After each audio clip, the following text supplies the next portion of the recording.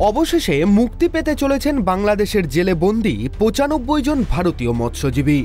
গত বৃহস্পতিবার বাংলাদেশের স্বরাষ্ট্র মন্ত্রণালয়ের জননিরাপত্তা বিভাগের উপসচিব লুৎফুন নাহার একটি বিজ্ঞপ্তি জারি করেছেন।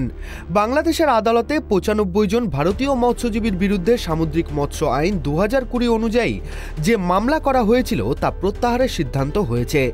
একই সঙ্গে তাদের মুক্ত করার নির্দেশ দেওয়া হয়েছে বাংলাদেশের অন্তর্বর্তী সরকারের পক্ষ থেকে। মৎস্যজীবীদের ৬টি ট্রলারও ফিরিয়ে দেওয়ার সিদ্ধান্ত হয়েছে।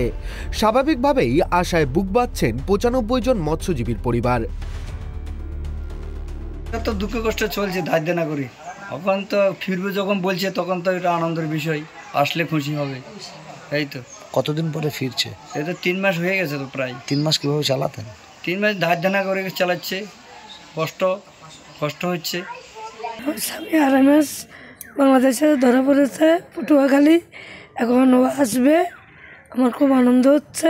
আমি সরকারকে ধন্যবাদ জানাই, পশ্চিমবঙ্গ সরকারকে ধন্যবাদ জানাই। কবে ধরা পড়েছিল? এই তো RMS হয়ে গেছে। কিভাবে দিন কেটেছে আপনার? খুব কষ্ট কেটেছে আমার দিন। তো এখন আসছে, আমার খুব আনন্দ লাগছে, আমার খুব ভালো লাগবে আসলে।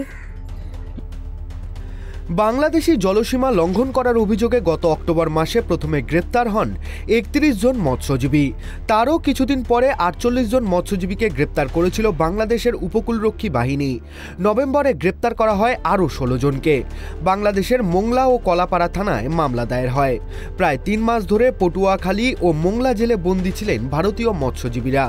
খবর পেয়েই মৎস্যজীবীদের ভারতে ফিরিয়ে আনার বিষয়ে তৎপর হন মুখ্যমন্ত্রী মমতা বন্দ্যোপাধ্যায়। মুখ্যমন্ত্রীর দপ্তর থেকে কাকদ্বীপের বিধায়ক মন্টুরাম পাখিরাকে ফোন করে ওই মৎস্যজীবীদের পরিবারের সদস্যদের খোঁজ খবর নেওয়া হয়।